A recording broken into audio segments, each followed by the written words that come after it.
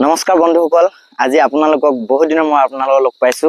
কাৰণটো এইটোৱে যে আমাৰ এই হুলং অঞ্চলটোত, যিটো তিনিচুকীয়া জিলাৰ ফিলবাৰী অঞ্চলত বোকাপথাৰ অঞ্চলত মানে 100 বছৰ পুৰণ হোৱা তিনিখন যুৱ সংঘ লগ লৈ সেই তিনিখনে মানে এটা শতবৰ্ষ অনুষ্ঠান আয়োজন কৰিছে। সেই শতবৰ্ষৰ আগমুহূৰ্তত আমি সেই গাঁওবিলাকৰ বিষয়ে তো সেই হুলুং অঞ্চলটো কেতিয়া আগতে কেনেকুৱা আছিল, এতিয়া কেনেকুৱা হ'ল, আগতে কি ধৰণৰ পদ্ধতিবিলাক আছিল, এতিয়া কেনেকুৱা পদ্ধতি, তাতো সেই বিষয়ে আমি সেই বিষয়সমূহ যুগুতাওঁতেই এই আপোনালোকৰ মাজলৈ ভিডিঅ'বিলাক দিব পৰা নাই।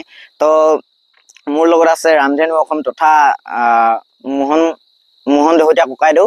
তাৰ পক্ষপেটতে আমি দুইজন মিলি আমি সেই অনুষ্ঠানটোৰ মানে বিষয়বস্তুবিলাক আমি যুগুতাবলৈ চেষ্টা কৰি আছো। এই যুগুতাওঁতে আমি জানিব পৰা মতে এই তথ্যসমূহ যুগুতাওঁতে এই হুলুং অঞ্চলটোৰ 100 বছৰ পাছত কেনেকুৱা হৈ আছে এই অঞ্চলটো, সেই তথ্যসমূহ আমি যুগুতাওঁতে আমি পলম হৈছে। তো আচলতে এই হুলুং অঞ্চলটোলৈ কোন সম্প্ৰদায়ৰ মানুহ প্ৰথমতে আহিছিল। তো এই আমি দুয়োটাই যিমানখিনি তথ্য সংগ্ৰহ কৰিছো আজিৰ দিনটোলৈকে, তো আমি জানিব পৰা মতে প্ৰথম আহিছিল এই হুলুং অঞ্চলটোলৈ মৰাণসকল।